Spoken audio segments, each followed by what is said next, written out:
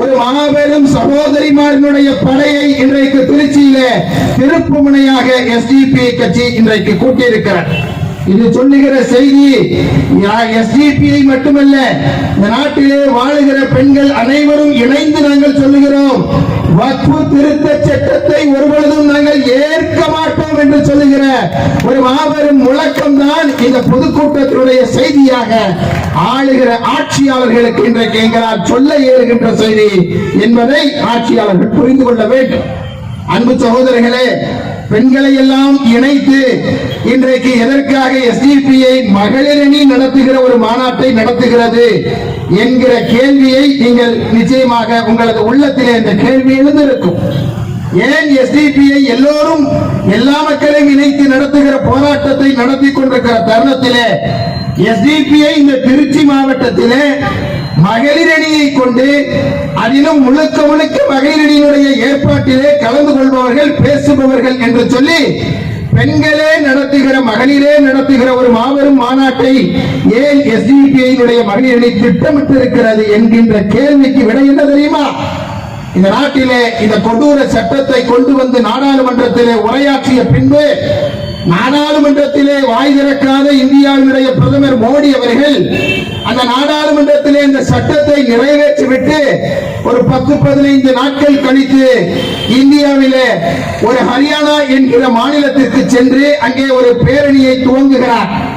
அந்த பேரணியிலே பேசும் பொழுது ஜமுக்காலத்தில் வடிகட்டிய பொய் என்று சொல்வார்கள் அல்லவா, அது மாதிரி இந்த நூற்றாண்டிலே ஜமுக்காலத்தில் வடிகட்டிய பொய்யாக ஒரு பொய்யை அவிழ்த்து விட்டு இருக்கிறார்.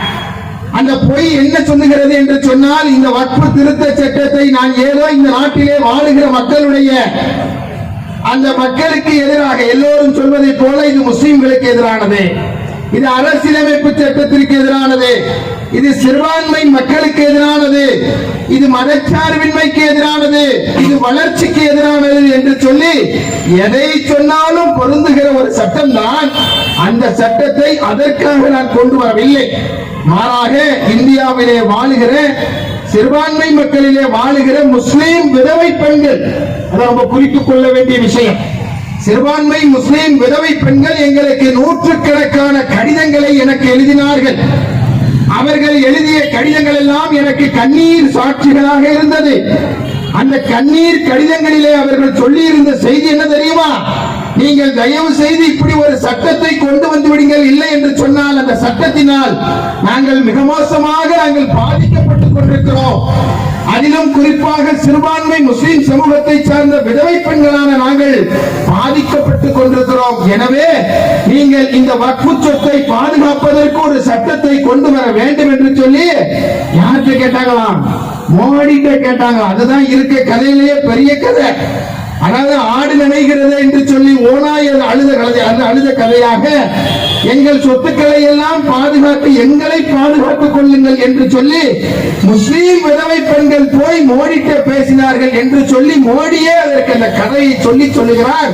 எனவே தான் இந்த சட்டத்தை நான் கொண்டு வந்தேன் என்று சொல்லுகிறார். எஸ்டிபிஐ இந்த செய்தியை பார்த்த பின்புதான் நாங்கள் எல்லாம் விவாதிக்கிறோம். அப்படி ஒரு பெண்ணினுடைய கடிதத்தை நான் அந்த கூட்டத்திலேயே சொன்னேன். எனக்கு நினைவில் இருக்கிறது, அருகில் இருக்கிற புதுக்கோட்டை மாவட்டத்திலே ஒரு பொதுக்கூட்டத்தை நடத்தும் பொழுது கூட சொன்னேன் என்று நினைக்கிறேன். இந்தியாவில் வாழ்கிற ஒரே ஒரு முஸ்லிம், நீ சொல்லுகிற மாதிரி ஒரு விதவை பெண்ணாகவே இருக்கட்டும், அந்த சகோதரியை ஒரு கடிதம் வந்தது என்று சொல்லி இந்தியாவினுடைய பிரதமர் இந்த நாட்டிலே நிரூபிக்க முடியுமா என்று அன்றைக்கே நாம் கேட்டோம். ஒரே ஒரு பெண், ஒரு கடிதத்தை நீங்கள் காட்டுங்கள் என்று சொன்னோம். இதுவரைக்கும் எந்த பதிலும் இல்லை. சும்மா விட முடியாது அல்லவா? எனவே நான் திருச்சியிலே ஒரு பொதுக்கூட்டத்தை, அதிலும் ஆயிரக்கணக்கான பெண்களை இன்றைக்கு திரட்டி இந்த பெண்கள் எல்லோரும் இணைந்து சொல்லுகிறார்கள், அப்படி கடிதத்தை நாங்கள் எழுதவில்லை என்று சொல்லுகிற மாநாட்டை தான் இன்றைக்கு நாங்கள் நடத்தி கொண்டிருக்கிறோம். எல்லா பெண்களும் ஒட்டுமொத்தமாக அப்படி யாராவது கடிதம் எழுதியிருக்கிறீர்களா? இல்லை என்று ஒற்றை குறையில் சொல்ல வேண்டும், ஒரே குறையில் சொல்ல வேண்டும், இல்லை என்று சொல்ல வேண்டும். இல்லை தானே? இல்லை. அப்படி யாரும் இல்லை. யார் அப்படி உங்களிடத்தில் போய் கேட்பார்கள்? நீங்கள் எரிகிற வீட்டிலே கொள்ளையை வைத்து பிடுங்குபவர்கள் அல்லவா? எரிகிற வீட்டில பிடுங்கிறது மிச்சம் என்று நினைக்கிற உங்களிடத்திலே போய் எங்கள் சொத்தை பாதுகாப்போம் என்று எனக்கே உண்மையிலேயே கொஞ்சம் எடுக்கிறதா எடுக்கிறீங்க, நல்ல வசனத்தை எடுத்து சொல்லலாம் இல்ல, கொஞ்சம் ஜோக்கா பேச நினைக்கிறீங்க, நல்ல ஜோக்க சொல்லலாம் இல்ல, கொஞ்சம் கூட பொருத்தம் இல்லாத முழங்காலுக்கும் மொட்டைக்கும் முழங்காலுக்கும் முடிச்சு போட்ட மாதிரி அமாவாசைக்கும் அப்துல் காதருக்கும் சொன்ன மாதிரி ஒரு பொய்யை நம்முடைய பிரதமர் சொல்லியிருக்கிறார். எனவேதான் அதனை எதிர்த்து அப்படி இல்லை. அதாவது என்னன்னா, அரண்டவன் கண்ணுக்கு இருண்டதெல்லாம் பேய் என்று சொல்வதை போல எதையாவது சொல்லி இந்த சட்டத்தை ஏற்றுக்கொள்ள வைக்கிற நடவடிக்கையை தான் இந்த ஒன்றிய அரசு செய்கிறதே ஒழிய மாறாக இது நியாயமானது, இது உண்மையானது, இது சத்தியமானது என்று அவர்களால் எங்கேயும் சொல்ல இயலவில்லை.